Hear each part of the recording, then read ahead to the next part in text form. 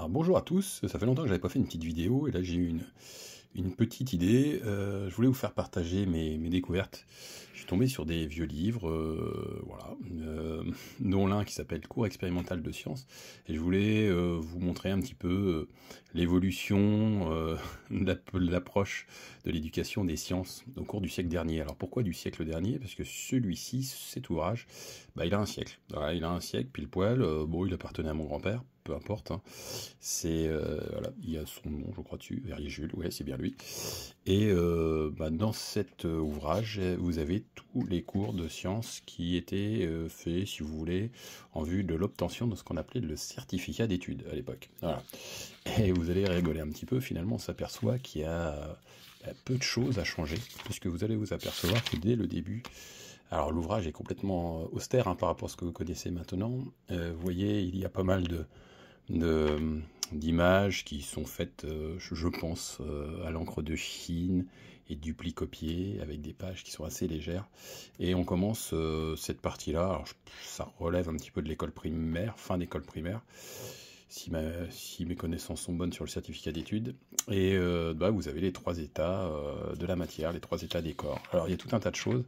Et vous voyez, alors l'iconographie est quand même super intéressante. Vous avez des petites expériences. Alors là, c'est de une lampe à acétylène. Ça existait à l'époque. Maintenant, on n'a plus d'acétylène aussi facilement. Vous allez reconnaître des petites choses qu'on a pu faire en 5e. La surface de l'eau est toujours horizontale. Ça, c'est le programme de 5e. Donc rien n'a évolué dans ce sens, hein. Bien évidemment, il n'y avait pas de couleur. Donc ce qui rend le livre tout à fait austère par rapport à ce que vous connaissez maintenant.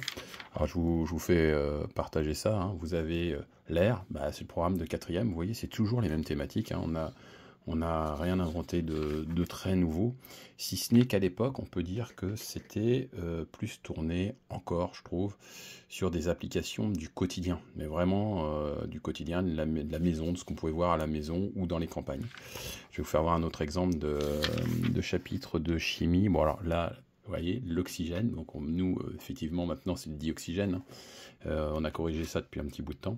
Donc ils utilisaient du chlorate de potasse qui faisait chauffer pour obtenir du dioxygène. Voilà. Puis après, ils font le test du dioxygène, le test de la bûchette incandescente, programme de 4e. Voilà, donc quand je vous dis effectivement qu'il y avait donc des applications, vous voyez, on vous expliquait comment, par exemple, vous pouvez utiliser un chalumeau. Voilà. Donc j'ai trouvé ça intéressant de vous faire partager ceci. Et cet ouvrage, il y avait énormément de choses et c'était assez complexe. Je vais même vous faire voir. Donc il y avait de la géologie, il y avait aussi de l'appareil respiratoire chez le lapin. Ah oui, ça peut vous paraître surprenant, hein, avec des dessins où on les découpe un petit peu dans tous les sens. Les gestes qui sauvent à l'ancienne. Donc tout ça, c'était l'ouvrage de science. Et regardez les dessins portant sur le cœur. Donc c'est assez exceptionnel. C'est vrai que les dessins étaient vraiment de qualité. Voilà, avec le système de circulation sanguine.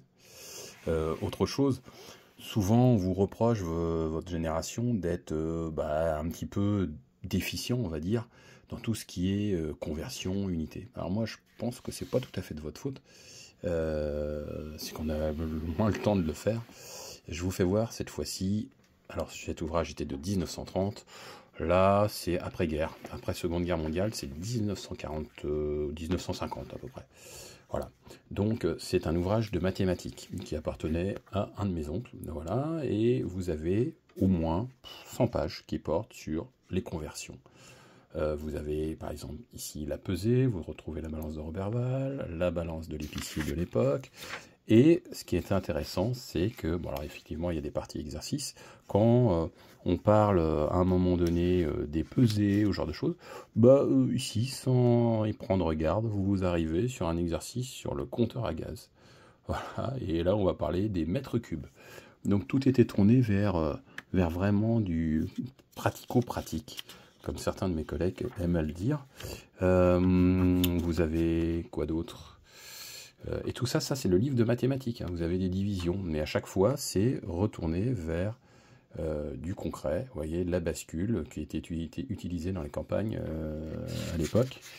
Là, vous avez le compteur électrique, donc on en parle. Moi, je vous le fais voir souvent, je le fais voir au 3e avec le kilowattheure. Là, vous avez même le l'hectowattheure à l'époque. Donc le dispositif était un petit peu plus ancien, c'est le moins qu'on puisse dire. Les courbes de relevé de température. Et ce que j'ai trouvé fabuleux, regardez, toujours le livre de mathématiques.